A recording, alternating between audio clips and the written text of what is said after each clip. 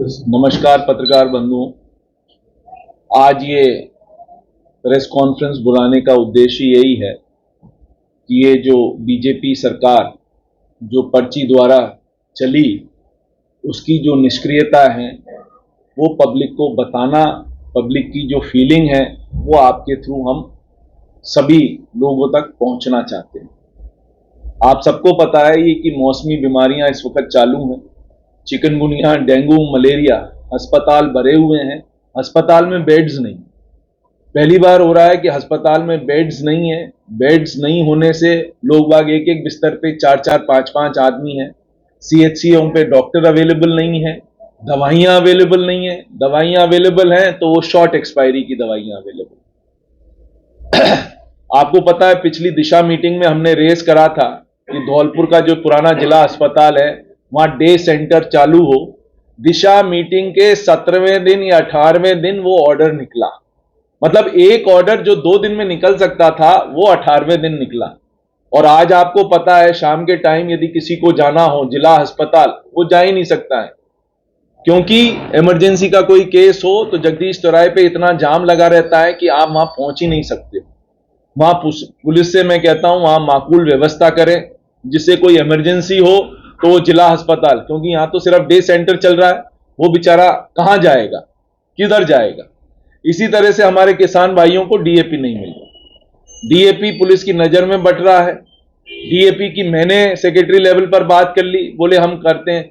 जितनी रह के उतर रही हैं वो या तो भरतपुर उतर रही है या हिंडौन उतर रही है। धौलपुर में जहां रेक लग सकती है वहां आज तक एक रेक नहीं आई है।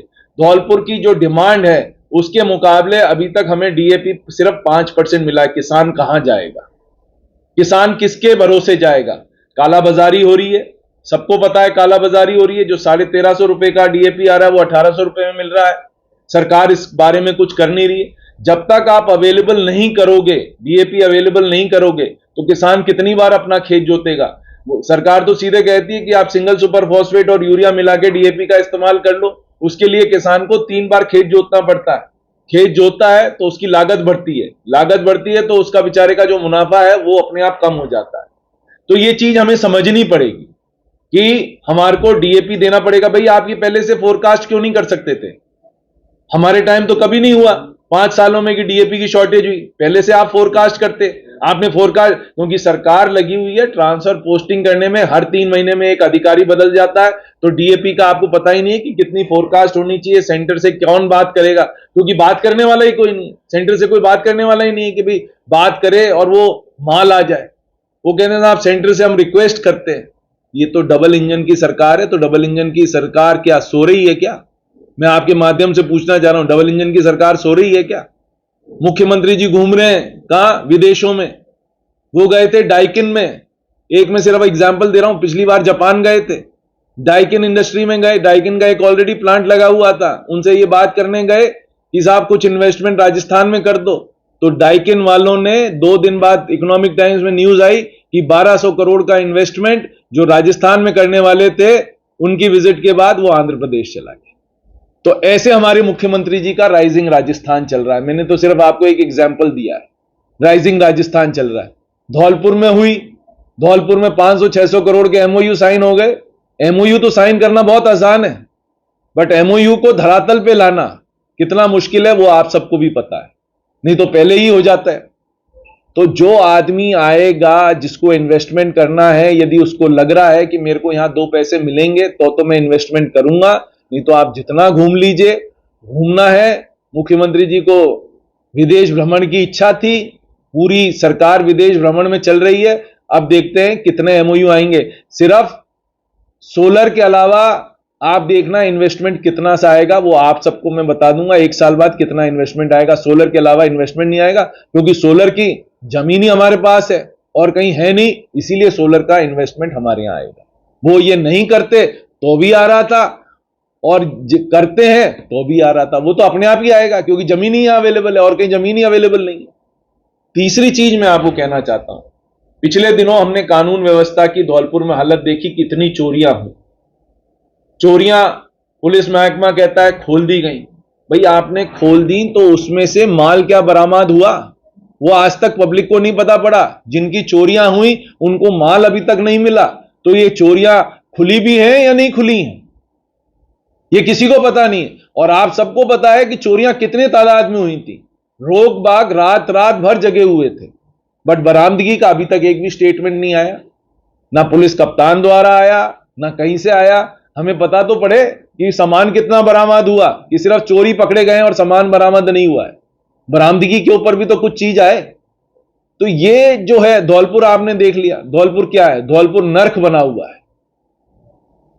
आज तक आपकी सुपर सकर मशीन, आज दिन तक आपकी सुपर सकर मशीन चालू नहीं हुई। आपकी सीवर लाइनें सब बस्ट है, कहीं कहीं तो टूट गई हैं, कहीं बिल्कुल भरी पड़ी हैं, उनकी सफाई नहीं हो रही।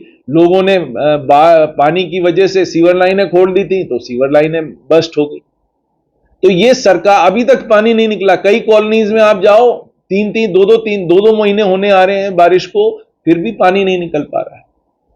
तो ये सरकार की नाकामियां हैं। सरकार कहती है पैसा नहीं है, यहां यूडी टैक्स कलेक्ट नहीं हुआ था, राजाखेड़ा में नहीं हुआ था, किसी भी नगर पालिका में यूडी टैक्स नहीं हुआ, तो इनकी सबके पैसे रुके हुए हैं। हम लोग जाके विनती करके आए तो भी कुछ नहीं हुआ, वापस जा रहे हैं जयपुर, विनती करेंगे। भाई जो सरकार डबल इंजन की सरकार है ना, तो ये सेंटर से मांग सकते हैं, भाई यूडी टैक्स नहीं दिया, दे दो, अब कलेक्ट कर देंगे। तो डबल इंजन की सरकार क्या कर रही है? डबल इंजन की सरकार से फिर फायदा क्या है? ना पैसा आ सकता है, ना शासन चल सकता है, फिर डबल इंजन से हमारे को फायदा क्या है? तो मेरा आप लोगों के माध्यम से कहना इतना है कि यह सरकार 10 महीने 11 महीने हो गए, इनका हनीमून पीरियड ओवर हो गया। सरकार सिर्फ ट्रांसफर पोस्टिंग के अलावा कुछ कर नहीं पा रही है। ट्रांसफर पोस्टिंग भी आज ट्रांसफर होता है, कल वापस कैंसिल हो जाता है।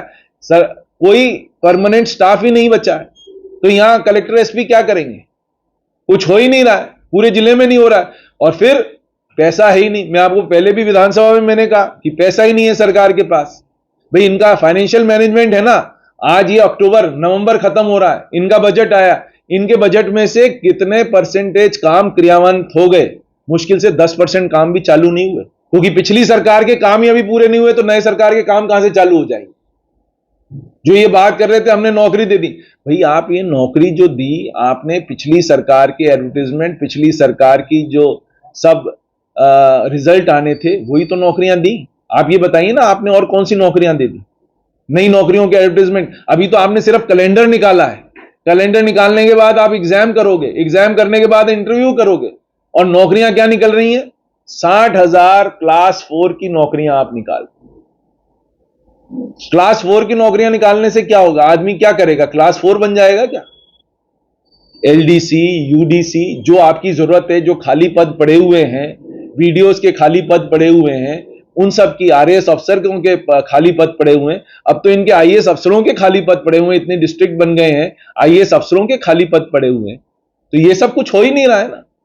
सरकार नाम की चीज ही नहीं है। यही नहीं पता है कि सरकार कौन चला रहा है, मुख्यमंत्री चला रहे हैं या सीएस चला रहे हैं, यही नहीं पता है। जयपुर में आप अफसरों से बात करो कि कौन सरकार चला रहा है, तो उनको भी नहीं पता कि सरकार कौन चला रहा है। तो मेरा आप लोगों से माध्यम है से कहना है कि ये सरकार 11वां महीना चल रहा है सरकार का, सरकार ने कुछ भी नहीं करा अभी तक, कुछ करने के लायक भी नहीं बची सरकार। और लोग बाग 4-5 महीने देखेंगे, नहीं तो लोगों को सड़कों पे खुद को उतरना पड़ेगा। इसके अलावा आदमी के पास कोई ऑल्टरनेटिव नहीं बचेगा। हमें सड़कों पे उतरना पड़ेगा, आदमियों के साथ आंदोलन करना पड़ेगा, और इस निकम्मी सरकार को हटाना पड़ेगा। एक सबसे अहम प्रश्न मैं इस सरकार से पूछना चाहता हूं, क्या धौलपुर में इंसान नहीं रहते? और क्या धौलपुर राजस्थान का पार्ट नहीं है? आप सबको पता है कि हमारा शहर, जो धौलपुर शहर का पानी का हमारा शहर है, वो 25 MLD है। हमें 10 महीने में 15 MLD से ऊपर पानी नहीं मिला। धौलपुर में एक टाइम भी पानी नहीं आ रहा है। सब पानी जो भरतपुर का शहर था, वो शहर बढ़ गया, सब पानी भरतपुर जा रहा है। तो बिजली में भरतपुर को प्रायोरिटी है, पानी में भरतपुर को प्रायोरिटी है, तो धौलपुर में क्या क्या जानवर बस रहे हैं या इंसान बस रहे हैं? मैं सरकार से पूछना चाहता हूं, क्या आदमी नहीं रह रहे हैं धौलपुर में? हम लोग आदमी नहीं है?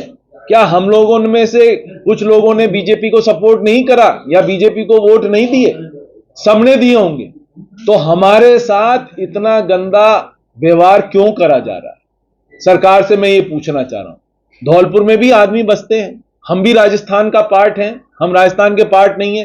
पानी तो हमारी कटौती, बिजली तो हमारी कटौती, वहां 100% बिजली, वहां 100% पानी, यहां 50% पानी और 30% बिजली। हम क्या सोचना चाह रहे हैं? तो ये मैं धौलपुर वासियों को कहूंगा कि ऐसी जो सौतेला व्यवहार हमारे साथ करा जा रहा है, हम सबको उठना पड़ेगा, जागना पड़ेगा इस सरकार के खिलाफ। इस सरकार में कोई काम नहीं हो रहे, पर्ची की सरकार है, मुख्यमंत्री विदेश घूम रहे हैं, उनको विदेश भ्रमण से टाइम नहीं मिल रहा, तो राजस्थान की क्या चिंता करेंगे ये सरकार वाले। जय हिंद, जय भारत।